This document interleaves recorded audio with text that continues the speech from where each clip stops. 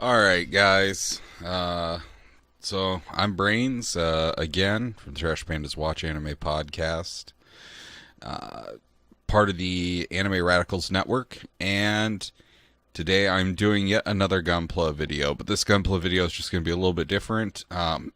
So, if you guys have watched either the Caswell Gundam or the RX-78, and hopefully any in the future, I remember to mention this video. In this video, this is going to be kind of like my tutorial video. I'm going to talk about the tools I use, some of the techniques I use. It just really depends on what exactly I'm doing, and I know there's a lot of things I've kind of learned doing all this. Like I've even learned about water transfer decals, and well, I'm not entirely comfortable with those yet. That happened with the Caswell Gundam. As of the making of this video, I can see like why people like them, because they set so well and they look so nice once they're on there. Goddamn, getting them on there and keeping them in one piece while you do it's a tricky process. So I'm a little iffy on those. But I'm going to start by going through, and no, this is not a sponsorship for Mountain Dew. I'm just thirsty. I'm going to start by going through a lot of my tools. Today I'm going to build the Barzam. It's a Titan's mass production suit from Zeta Gundam. I really like the Barzam because it's almost...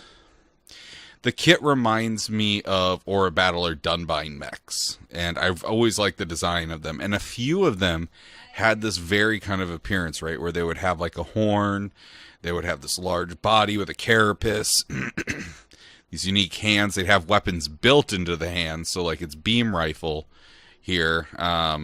It attaches to the arm.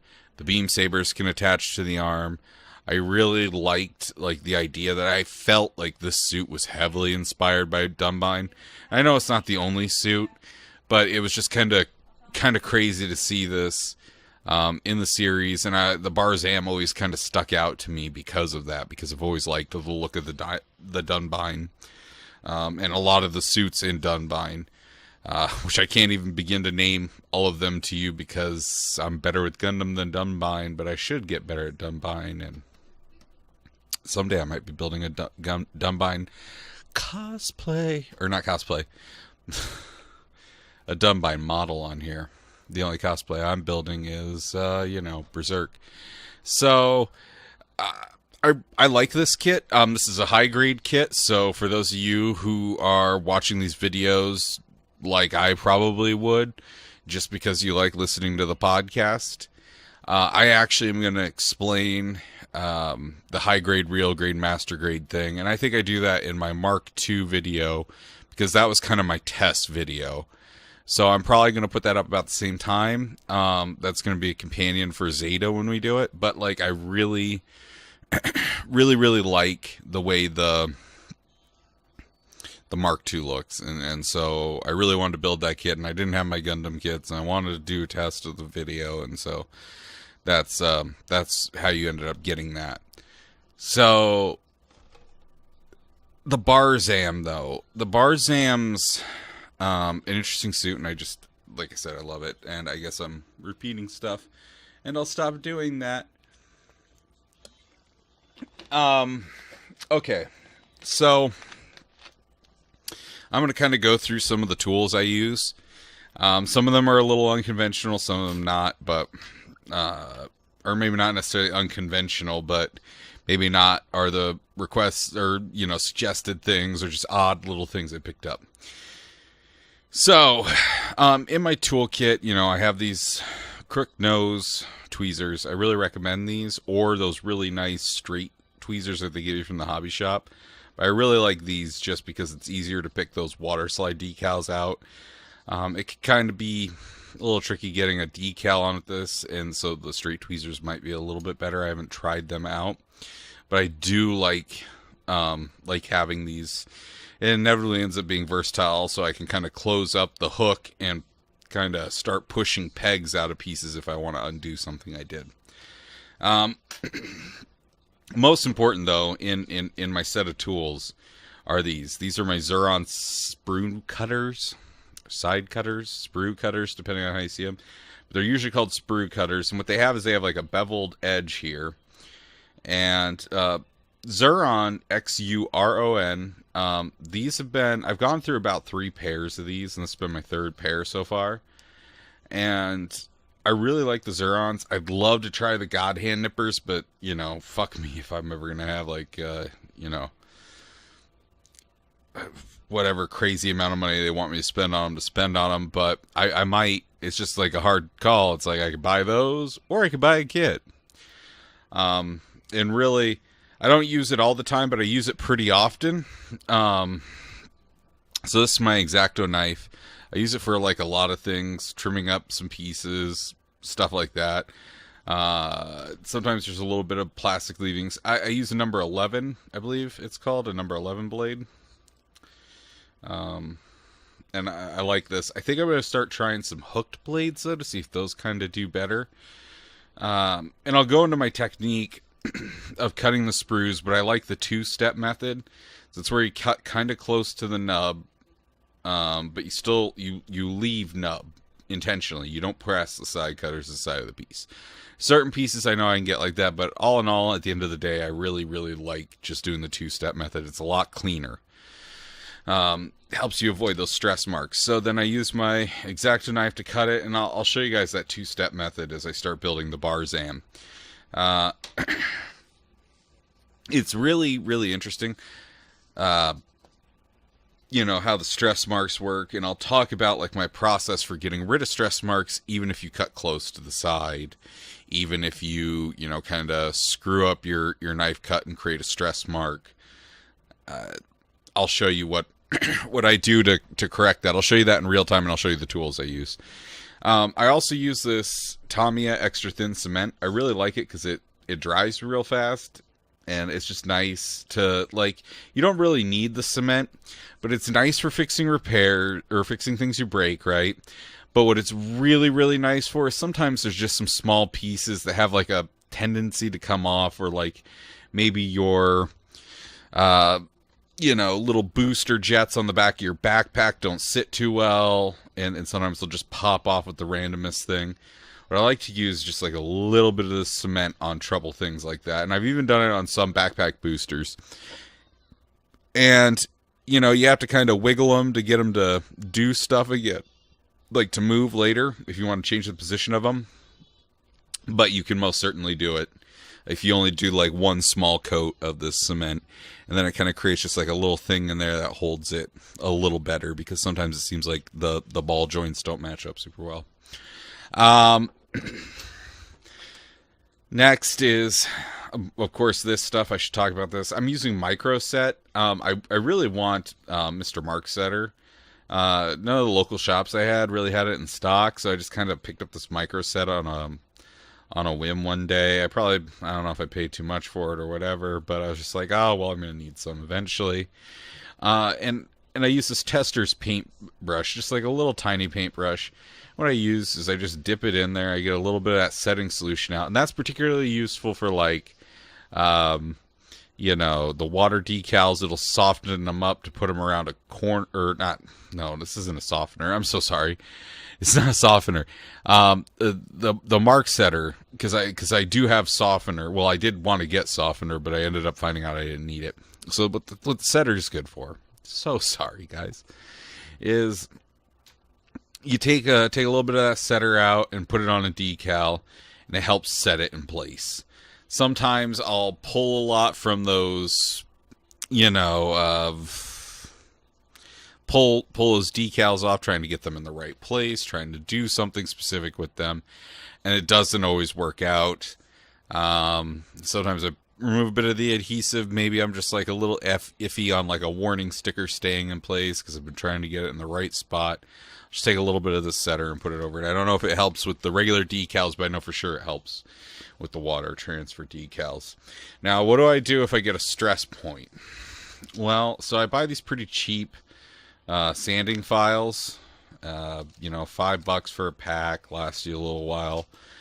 You know, they might be cheaper other places, but I'm trying to support my local, my local hobby shop. So I get these sanding files, and they're 100 grit on the silver side, and then the other side is 180 grit. So it's very, very coarse. I almost never use this this black side.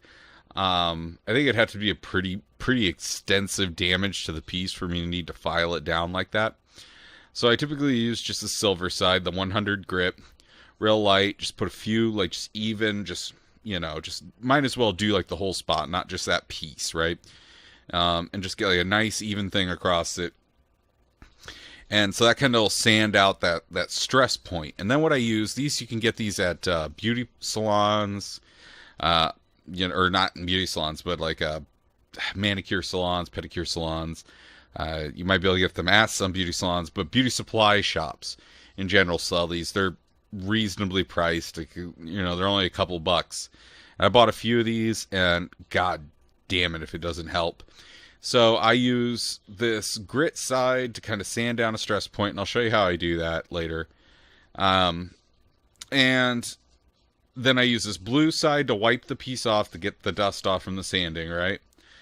And then I take this gray side, and I just kind of use this to kind of buff up where I've been sanding. And if I notice some extra scratch marks, I'll just take a little bit more sanding to that spot, and then buff it back, clean it up, and then buff it back up again.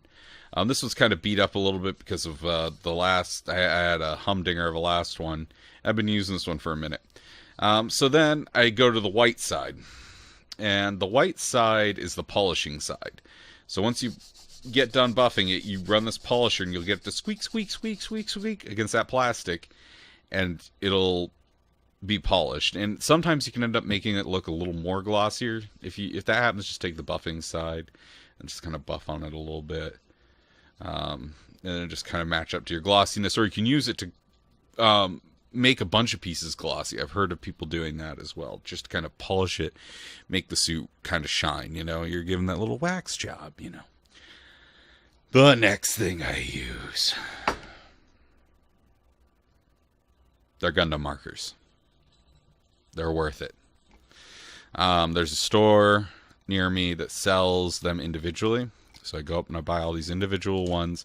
I don't end up buying all the Real Touch stuff because I'm not really into it yet. But I've got these panel lining pens. I've got them in brown, gray, and black. Those are really nice if you just want to, like make the line art stand out. You can add a lot of detail and definition to like a High Grade Gundam kit by doing that. I did a lot of stuff. I've even replaced some stickers with paint. So, it's advantageous. So now what I have in here is I have a bunch of greens. This isn't even all my Gundam markers, because in my drawer I've got like ones I haven't even opened yet that are lesser used or spares. Ugh. Okay.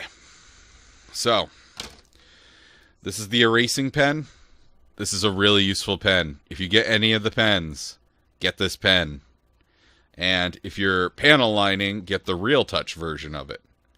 Because basically they have smaller tips on them. So this tip is a very broad tip, as you can kind of see. Then this tip is a small little pen tip. And this one's just like a slightly bigger marker version of them. And these are all really useful because they just take that ink away. You can also wipe the Gundam paneling really away. If you get paneling pens, you might be fine, but I'd still grab one of these. It's just nice, just in case you're a little worried. I got my red pen, my black pen, my white pen, my gray pens, my green pens, and this pen and this pen, which are really useful. The gold and metallic gold and metallic silver. If you ever have one of those stickers, it's just like kind of a bitch to stick, or it's in like a rub spot, it might not stick super well. The setter might take some of the gold off of it, which I don't know if it will, come to think of it. But if you try to there's just ways like you'll rub metallic coating off some of the stickers. These are really good replacements for them. I really like the look of them. The silver doesn't stand out as well as the gold, but it's still a nice look. They're not quite as shiny, but you can gloss them up. You can put like a little bit of gloss over them and make them a little shinier. I don't do that, but that often. I've tried it once or twice. They have yellow. They have basically all the colors of like your standard kits, like a lot of your standard colors that go on kits. And like I said, I've got ones here I haven't even used, like some of these metallic pens.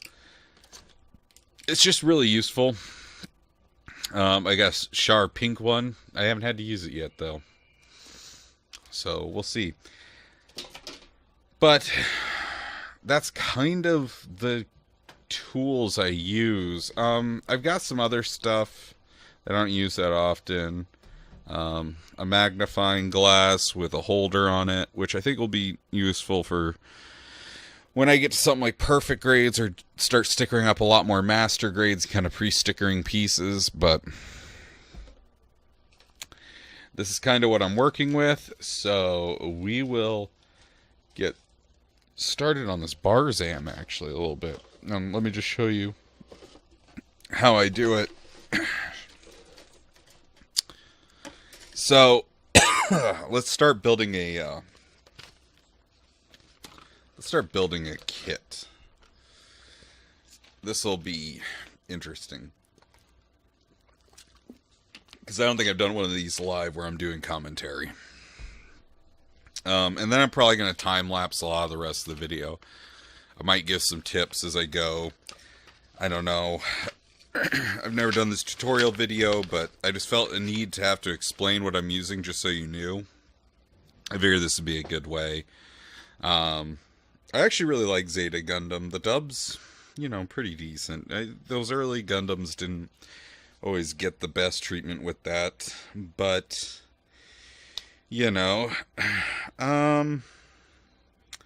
so I guess I gotta do this twice, but let's get started.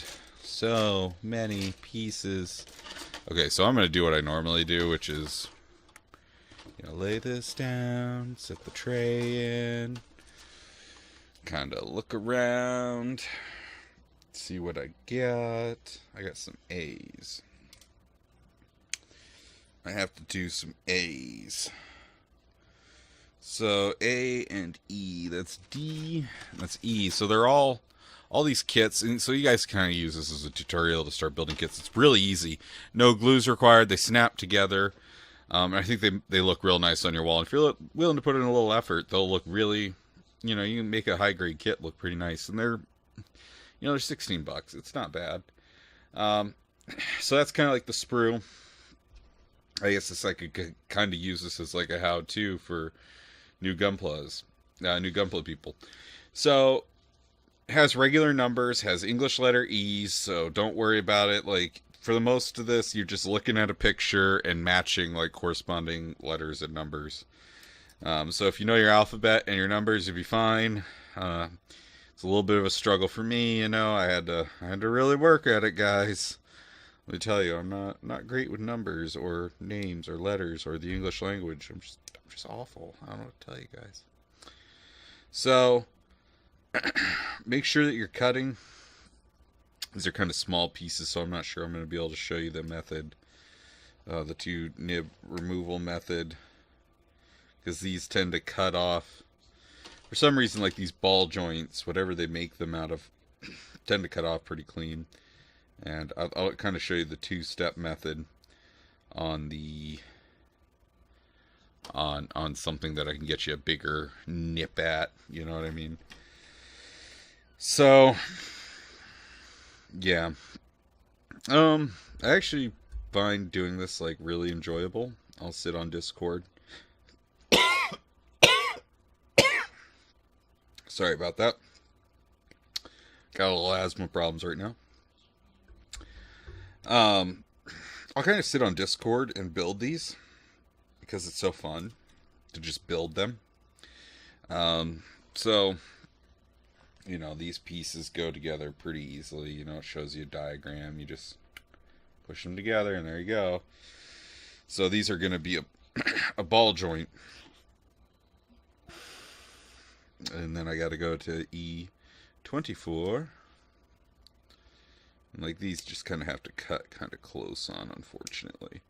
These side cutters are really nice. These Zuron ones, I think, are the lightest I've ever had. I feel like I'm about to break the damn things half the time, but they're sturdy. Real nice beveling. I don't know if there's like a way to sharpen them or if you need to sharpen them. I think I might need to, but maybe that's just me. My paranoid arminess. No, it's not really paranoid arminess. It's more like, so there's a second tray. So sometimes there'll be like an A1 and then there'll be an A2 somewhere else in the stack. And the difference between the real grades that I build and these, which are the same, this is A2 by the way. The difference between the real grade kits I build, which are 1/44th, they're the same size as these. I like them just because I can have a lot of them, because I want to build a lot of suits. The high grades aren't hyper detailed. They're surface level detailed, and that's all well and fine. But sometimes you just want something that looks like really detailed, really nice. It's got all the stickers, it's got all the design elements. So master grades have a pretty good stickering scheme, and they're pretty nice. And so do the perfect grades. I mean, obviously. So that's something I should talk about real quick. And I'll talk about that in a second, actually, because I think now I'm going to get to be able to show you that two-step method. Maybe there'll be a big enough piece. It looks like there will be.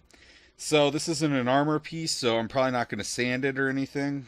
But I will show you that two-piece method. So this is E19 I have to cut out. So what I'm going to do is see if I can get this angled right so you guys can see. And I guess I'm going to have to kind of do this while I'm watching the screen a little bit. So what I'm going to do is I'm not going to cut right here. Like, your urge is to cut right there, get it as flush as you can. I think that works with certain sprue cutters. Like, really, you're going to spend like a big chunk on them. But what I like to do is I like to get them down here on the neck of the piece a little bit, just kind of chop through that sprue, and then kind of chop through this one. Now, that said, I'm going to show you a few different methods. So first off, I got that one, pretty close right here. Pretty close to it. That sprue was here. There we go. Get it to focus. That sprue was just kind of a little bit of a cocksucker. But so what I'm going to do is I'm going to take my X-Acto knife.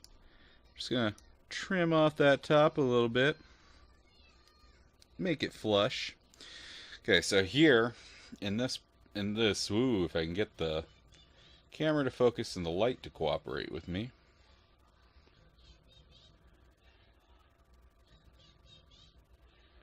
Okay.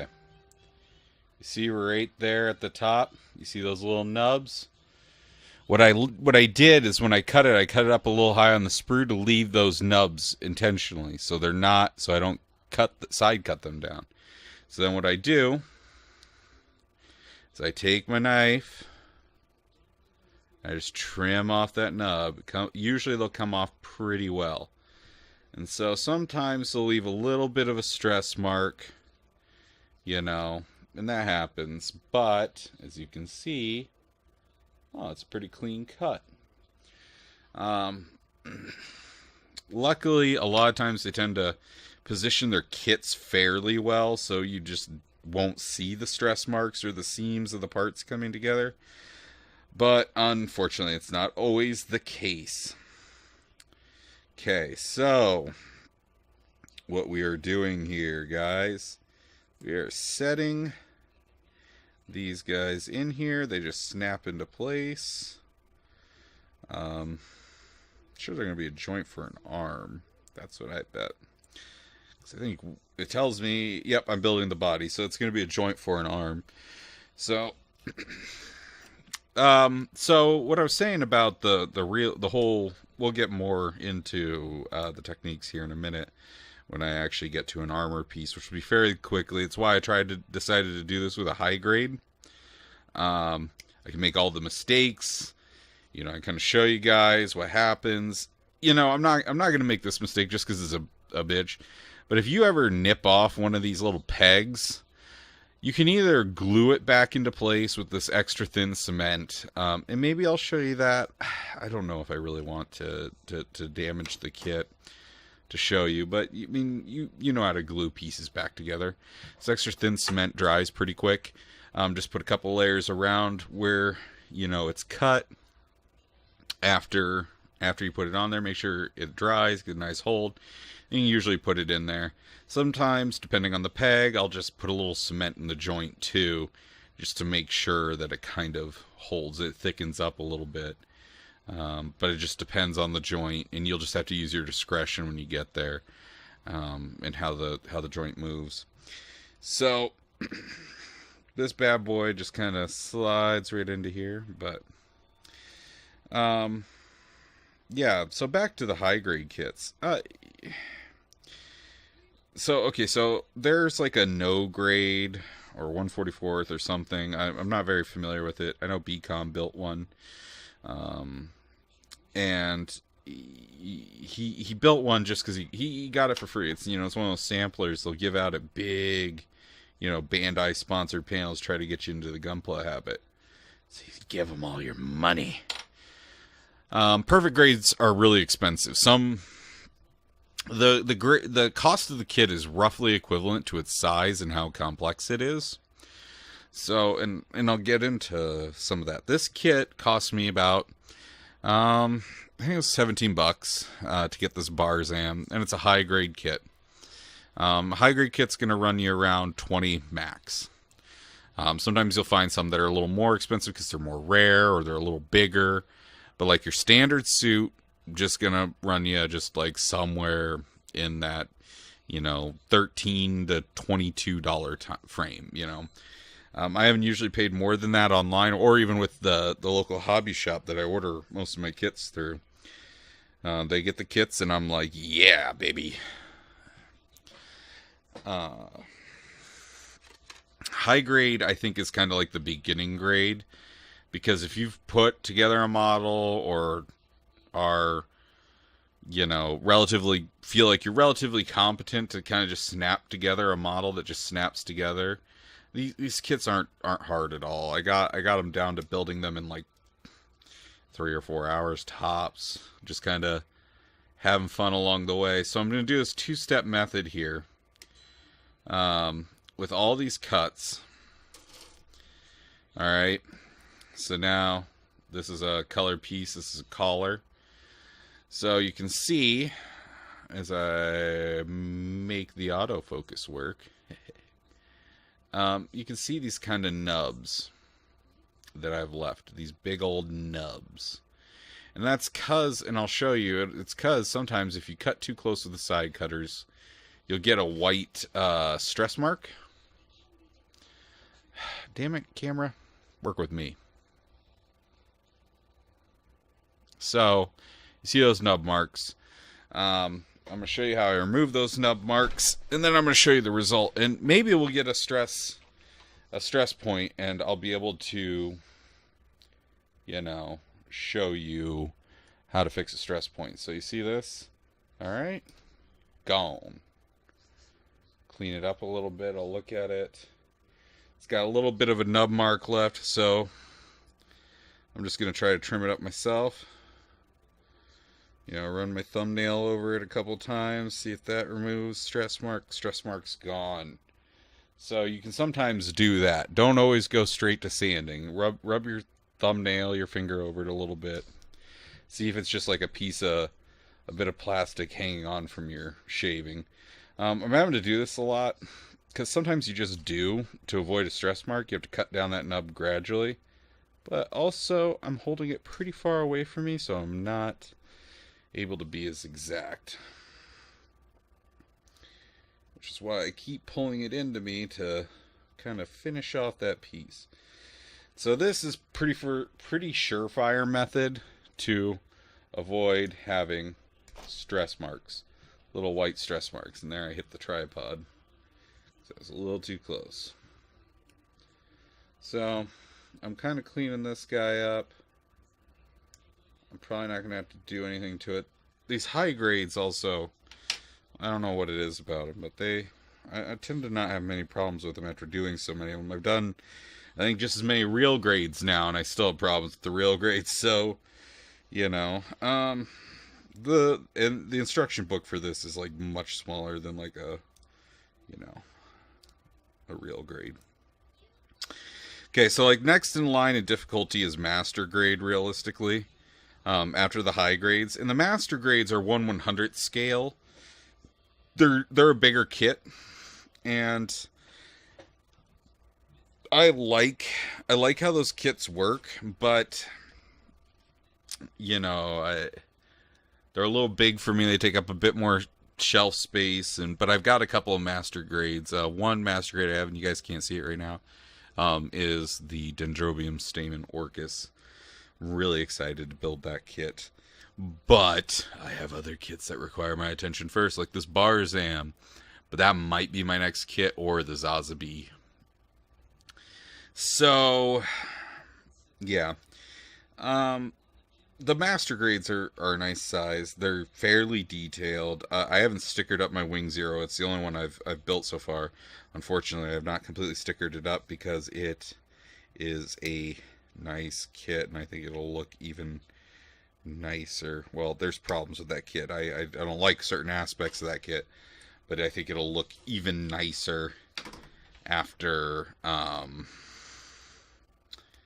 after I get done stickering it up eventually. But I just am scared to move it right now and do not feel like putting forth the effort because of well, those wings are a little testy, and that's like one of the things I don't necessarily like about it. It's a 1/100th Wing Zero custom from the Endless Waltz movie. It's the one with the angel wings. I actually have a real grade Wing Gundam Endless Waltz, which is we see in the flashbacks during Endless Waltz. They redesigned the suit, and I kind of like the redesign. I like the wings on it a lot more. But I do miss the old style shield, but oh well. And this one looks a lot more like the Wing Zero shield, which I liked anyways. But that's a transforming kit, so that'll be fun. Alright, I just cut that one, so 27.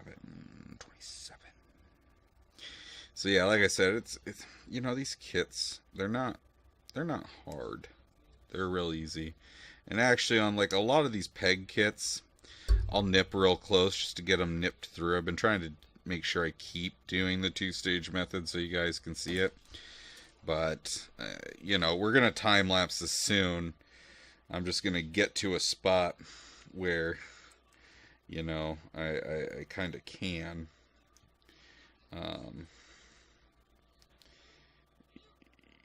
It's going to be, you know, I'm going to time-lapse this, but I want to get to a spot where I can show you, you know, polishing and everything else, and then I'll stop later to show you other things like panel lining. If I do panel lining this guy, I probably will try to do some.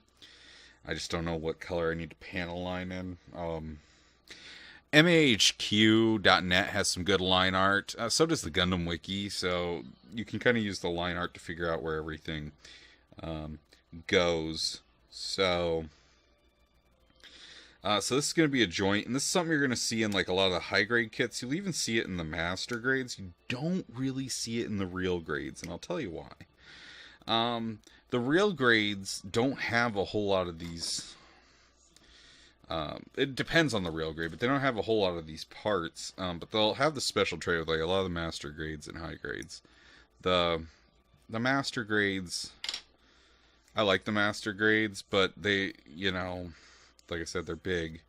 They're very, very good for what they, you know, do. And it's the next level up. I made the mistake of going from a high grade to a very, very big big step up. I went to one of the Unicorn Gundams, the Banshee Norn, real grade immediately after doing a high grade kit, or 2 high grade kits, and so that's a learning curve. I don't recommend that to anybody, but you know, I made it through it just fine. So Oh yes, I had to grab that other tray. And so what this tray is it's called a PC tray. And so like a lot of like your high grade kits, some like the master grades, and even maybe some of the real grades have this, but I don't remember very many of them in my real grades. Uh, I think this is almost exclusively like a high grade, maybe a master grade thing from time to time. But actually, I think real grade or master grades are all put together pieces. But these this PC tray, these are all your joints.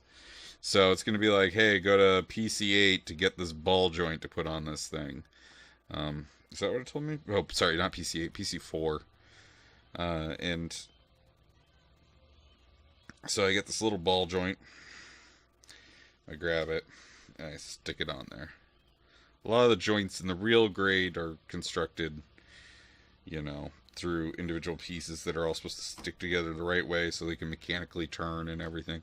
The real grades are definitely a step up from the master grades. The real grade. I don't know where it sits in the difficulty, if it's after perfect grade or not, because I have not built a perfect grade.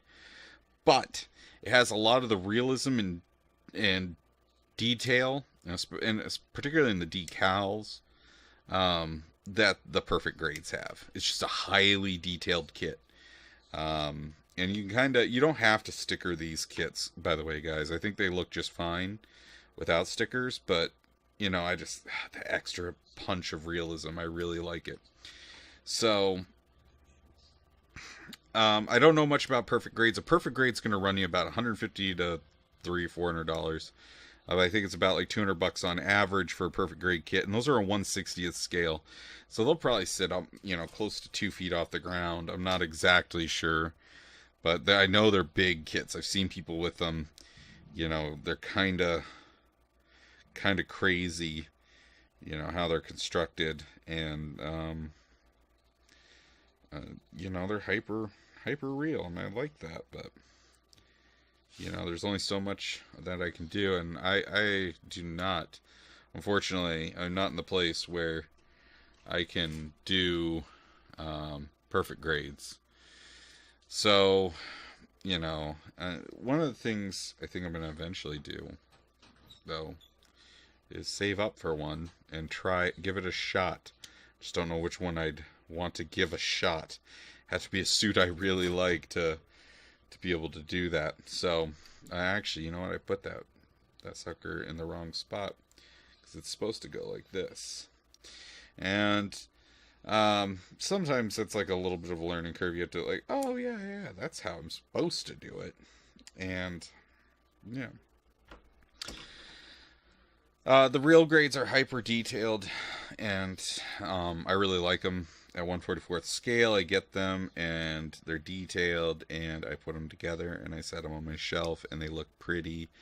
And, if people can collect figurines, why not collect a figurine you can build, Just have yourself like a little bit of a hobby, something to do with your hands. And that's really important for me. I don't know how new of a listener you are, but I suffer from PTSD, and most importantly, I suffer from attention deficit disorder. And it's just really nice to be able to have something that can kind of grab me and drag me in and keep my hands busy and keep my attention, so that I can kind of just do the one thing while I'm doing this. I mean, I'm not doing one thing, but my thoughts aren't hyper erratic or anything.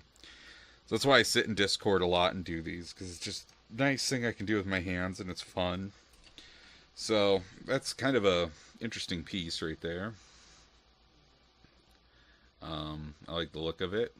It's got that very, very mechanical look, and that Real Robot gives you, and I like it.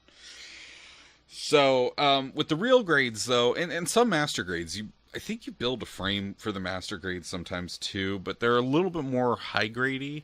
You're definitely building this frame.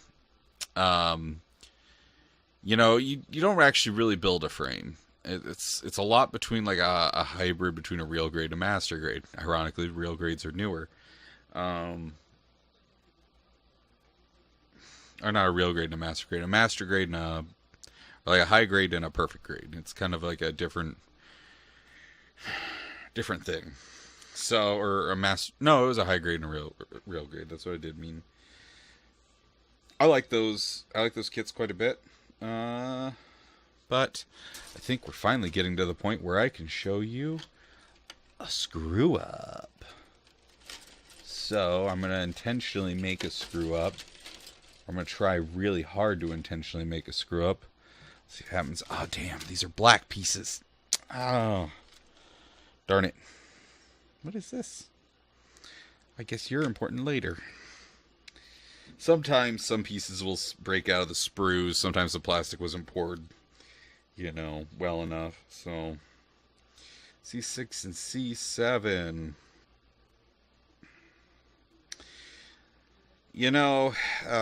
Doing the podcast has brought me like a lot of fun, and I'm really glad we started this network because, I interact with these guys pretty regularly. They're friends. We're all friends. Primarily, it's the producers, me, BCom, and Yada, and Andrew that interact the most, but I'll interact with Leo from time to time. They'll all interact with each other from time to time. I interact with Kat a lot from Nerdum and Other Nonsense. She's my homie. I was able to kind of get some stuff that I might be able to show you. I just wanted to do it on a colored piece. So, let's trim these up. Alrighty. So, I don't know if I necessarily need to do it to this piece, but I want to kind of show you guys. Come on, camera. Work with me. Work with me. Come on, work with me. Alrighty. So right there, that little white spot you see on there, that's called a stress mark. Get that when you cut a little too close or you pull on the knife a little much. Oh yeah, this is the big one. That's a nice, fat, healthy one for you. So I'm going to file this down. I'm going to use my sanding stick. Really like these sanding sticks. You can get all sorts of sanding sticks. Like they have some Tamiya ones. You can buy the Tamiya 100 grit paper and then just kind of put it around some, popsicle sticks that you cut a certain way. Or you can get them like that from some places. And so then you can get a file that goes from little to big. Alrighty, so let's do this. Make sure you guys can see me. Okay, see my stress mark? Alright. We're just gonna file that real quick. And I'm just gonna beat up this whole face. Because I'm gonna be able to fix this whole face later. So I'm gonna kind of pull this close so I can sand it. I just like to hold the file still and kind of move the piece, depending. Sometimes I don't move the piece, but I think you put a little less stress on the piece when you do that. For some of your pieces that'll have breakable spots. You want to sand the whole place because you kind of want it to file down evenly. Otherwise, you can have some like really funky looking shapes to your kits. So yeah, let's see here. That's not quite gone, so let's keep sanding. I found this kit because of someone else's video, but I kind of added to it. I tried to do what they actually said on the video. They didn't use the nail polishing block like I did. But I went down and asked some of the guys at the hobby shop. I was like, hey, glossy, color injected pieces. Like, how do you get the shine back to them and like make them look real nice after you sand them? And one guy was like, hey man, is at this hobby town in Hobby Town something, I think is what it's called. Hobby Haven in West Des Moines, Iowa. So if you live in Iowa, just so you know. Older guy, glasses, little bigger guy. I just don't know his name. That place is down by like where I go to school. If you live in Ames, Iowa, please go to the hobby shop. He will order your kits. Support local businesses, guys. Please, please. We need to keep Small business it going keeps the big business in check. I just think that that's not like a political motivation of any kind. I'm actually real middle ground on politics, and it's just a I don't trust anybody paranoia from the army. You're welcome. You have small businesses, they still compete against those large businesses. Kind of got to keep them a little more honest than they might be otherwise. So I pretty much got that mark gone. I'm not really sure how much I care about this piece. I'm going to kind of do up all the little guys as well while I'm doing this. And I'm sorry I'm not holding it up to the camera, but it's just a little uncomfortable, and I don't have a GoPro, unfortunately, because I'm just doing this as an addendum to like the episodes we produce. It's a lot of fun. I build the kits anyways, so what does it hurt to film them? It's kind of like my theory with like when I do D&D. Well, I'm playing D&D anyways, why not record it? I just haven't played D&D in a long time. That last group kind of fell apart for quite a few reasons. It wasn't really anyone's fault, but I hope to be doing a D&D campaign again. Just school has me so busy. And between everything else I do, I have to make choices. Okay. So, but yeah, you want to make sure to sand everything down kind of evenly, otherwise you're going to just have some odd scratch marks that you'll notice after you gloss it up. You might never see them again, but maybe somebody else sees your kits and they don't see it, but you know it's there, and you're like, damn it. Alright, so I kind of got this, I kind of wiped it off with my hands a little bit, but you can kind of see where I sanded. They're kind of a little duller. I just don't know how well this camera is focusing to show you how dull they are. But you can kind of see, and then here's like the back panel of the kit. And, it looks a little brighter, right? So, I've got all that sanding dust on there, so I'm going to rub it across my blue portion of my block. It's going to get the most beat up, but if you have like a stray piece in there, you definitely want that to be the spot. Sorry, I keep leaning away from the microphone. You think I know better because I'm the producer. Yay, boom arm. Alright, so I've kind of like wiped all my pieces off on this blue side. I give it a little bit of a rub. So now I'm going to take this gray side. Alright, and here's the piece prior to this. I don't know how well the lighting really works or how well you can even really see it at this point. Then I take this buff piece and I buff it, and I just kind of move the piece along it on the gray piece on this board.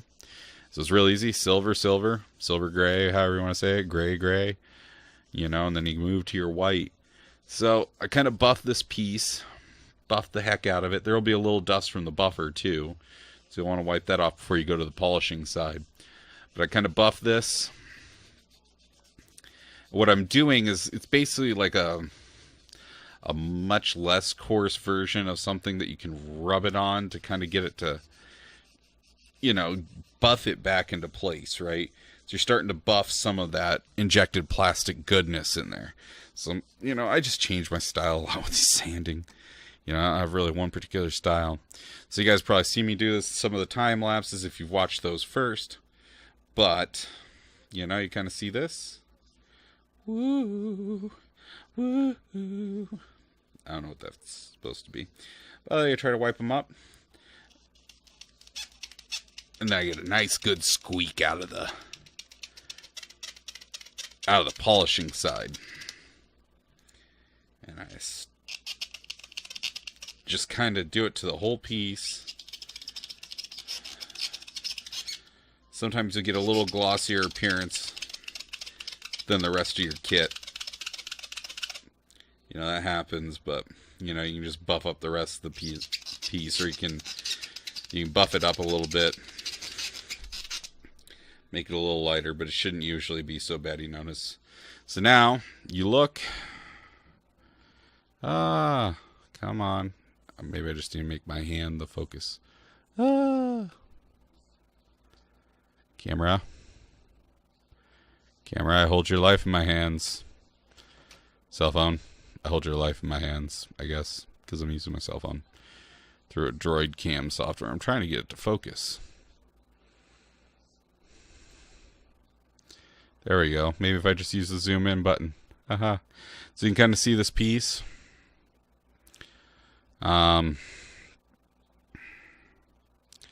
Stress marks are pretty much gone. I could have gone a little harder at that big one. Sanded it down a little further, but I just didn't really want to. And that's kind of how I do that.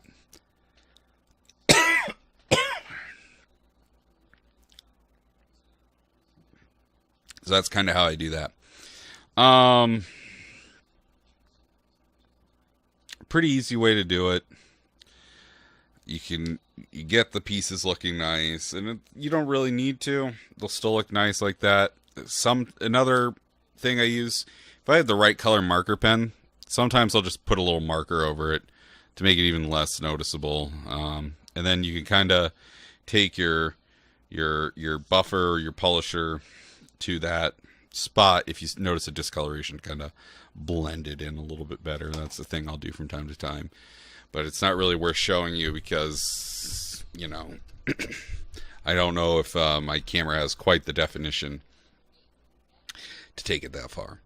So I think from here on, I'm going to go into time lapse on this. I might, I'll stop and show you a few things, but if you guys have any questions, if I haven't covered anything in this video, send us an email at animeradicalsnetwork@gmail.com, and I will definitely get a hold of that, or say something on the Discord. Be like, hey, da da da. Or if you have questions, feel free to join the Anime Radicals Discord or the Trash Pandas Watch Anime Discord, where I will be lurking. I will be answering questions. You know, I might not always answer, but or not answer, but I might not always say something. I might not answer right away, but I can definitely help you. You can direct message me on there too if you don't want to ask in the public forum. You know, however you want to do it. You know, but I just invite you guys to interact. It's a lot of fun. Talk about anime, do stuff, and we're probably gonna start doing more events. You know, at this point, we actually haven't opened the Anime Radicals Discord yet. But when we do, we'll probably be doing events with you guys and just trying to have fun and hang out, you know. So, all right, I'm going to time lapse this now. See you guys on the other side.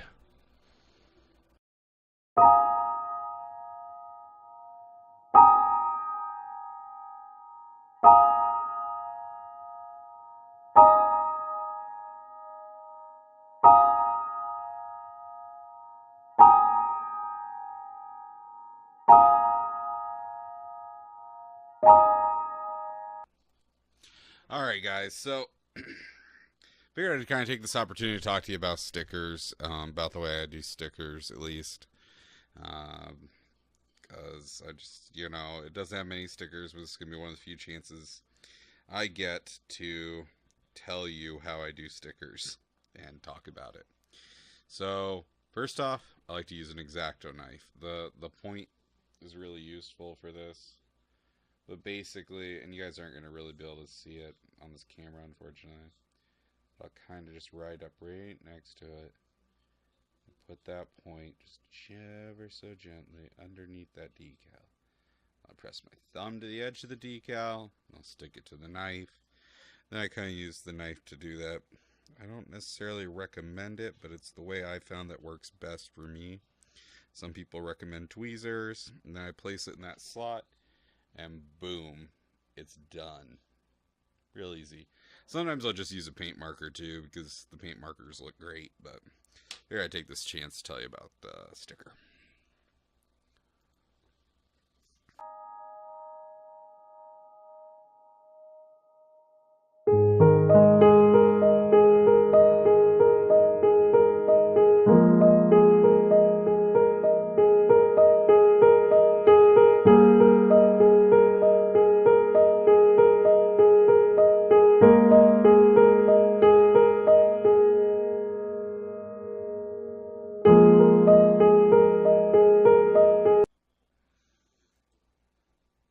So this is kind of the kit so far. I'm really liking how this body's coming together and everything.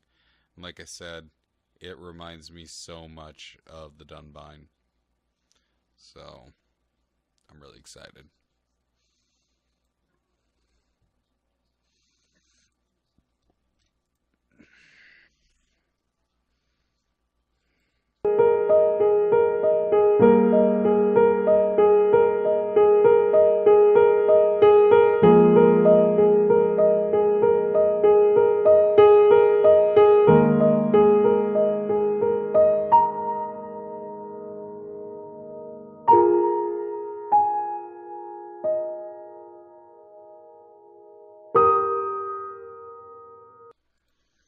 Alright, so I'm done with the head.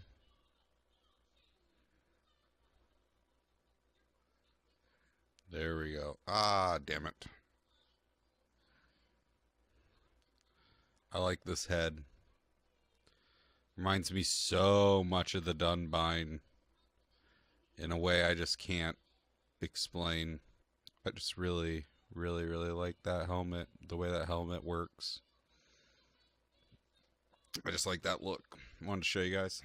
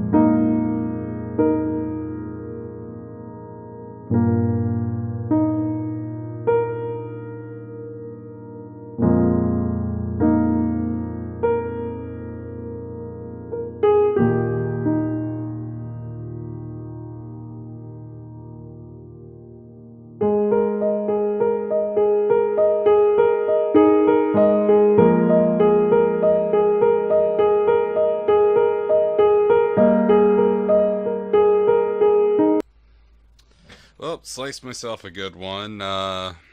You know, I, shit happens. I knew I shouldn't have been cutting it like that, but I was just trying to get this real clean cut, and I was like, oh, I'll be all right. And, sure enough, I wasn't. But now I got my little Star Wars Band-Aid on, woot woot, so you guys know why that happened. I nicked myself pretty good. It's a bit of a bleeder, but it's not bad.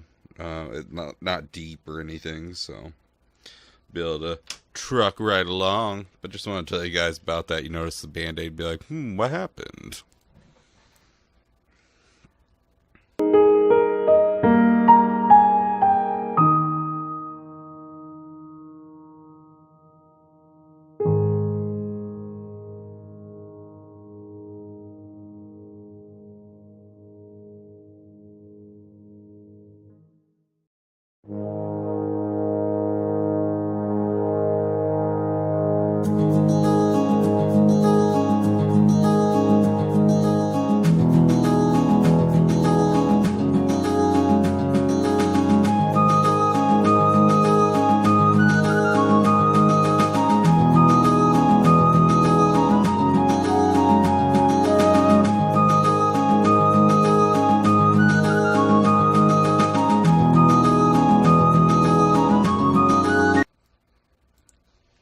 Alright guys, I'm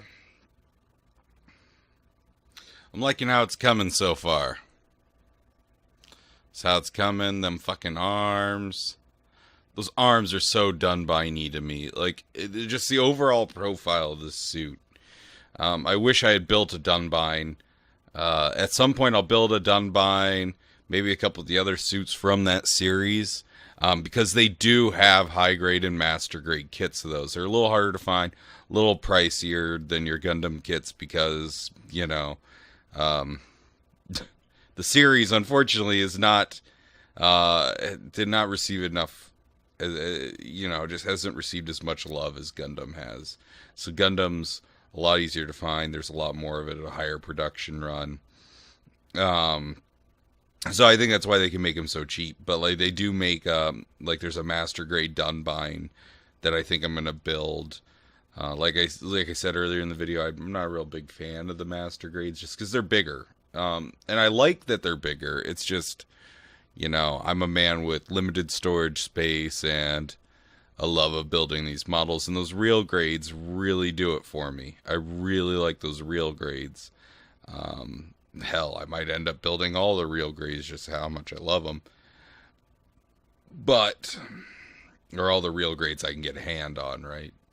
They're premium Bandai kits and such like that, but like their regular real grade run. But I just really look at this Barzam, and it's gonna be cool. There's not a whole lot of stickers to put on it, and I might see if I can go out and get a hold of some decals. Might have to be for another Titan suit, but it'd be nice to just put some more decals, some more work into this. But maybe I'll examine some of the footage and the pictures online, but I really do like this suit. So, back to it.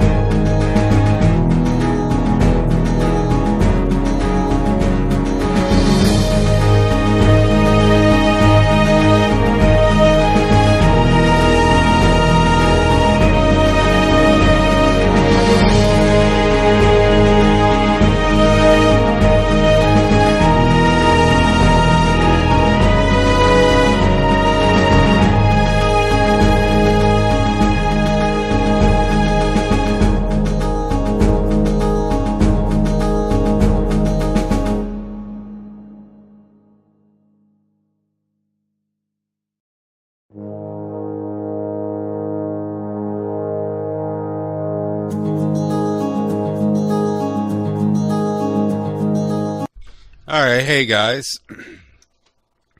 So I'm back and been doing some stuff.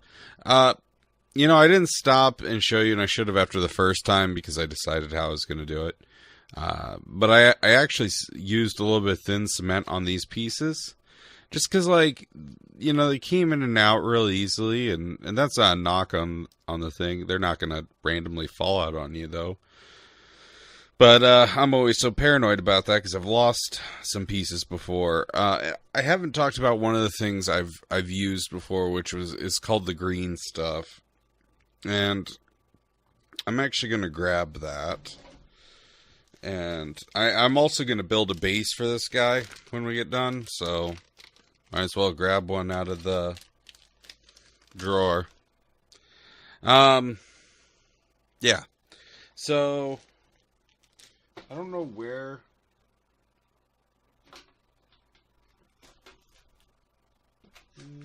Oh, there it is. So this is called, this is the green stuff I picked up. It's Army Painter. It's a modeling clay. You'll find it in a lot of stores with miniatures and stuff like that. How this became, really useful to me, is that basically you can roll this up until it turns green, and I think I show it in one of the, in the RX-78 video.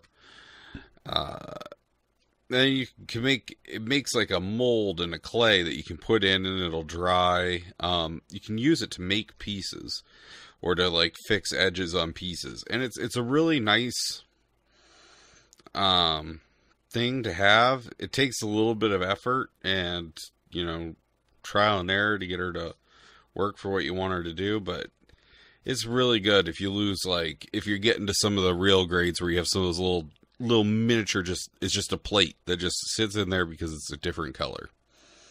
When you get to those pieces, this is great. Really the best thing is always to glue those in, but sometimes you can lose those little tiny plate pieces.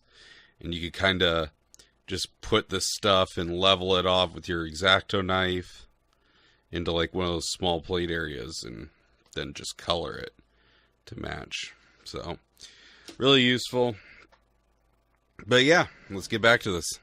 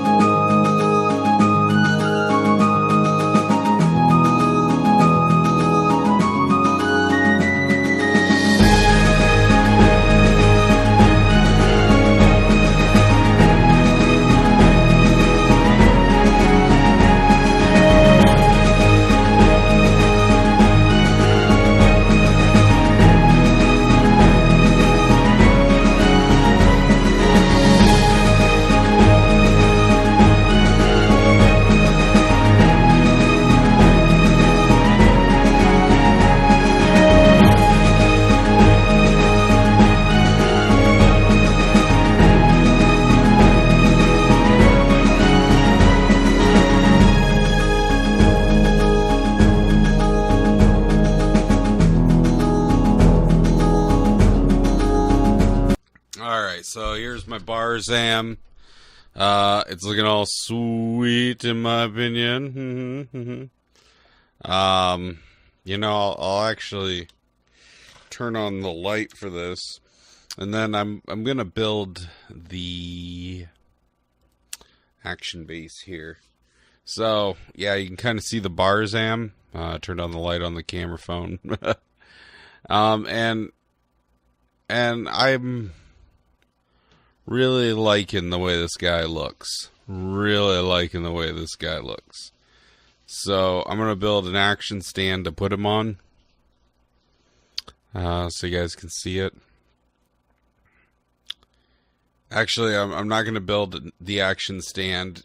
Thinking about it, I'll do that as a separate video if somebody wants me to, but these action base 2s are good for 1/144th. I think, I don't remember how they all sit, but alright, so this has been my build of the Barzam, my tutorial video. Hope you guys appreciate it, and hope you guys are enjoying the show. Bye.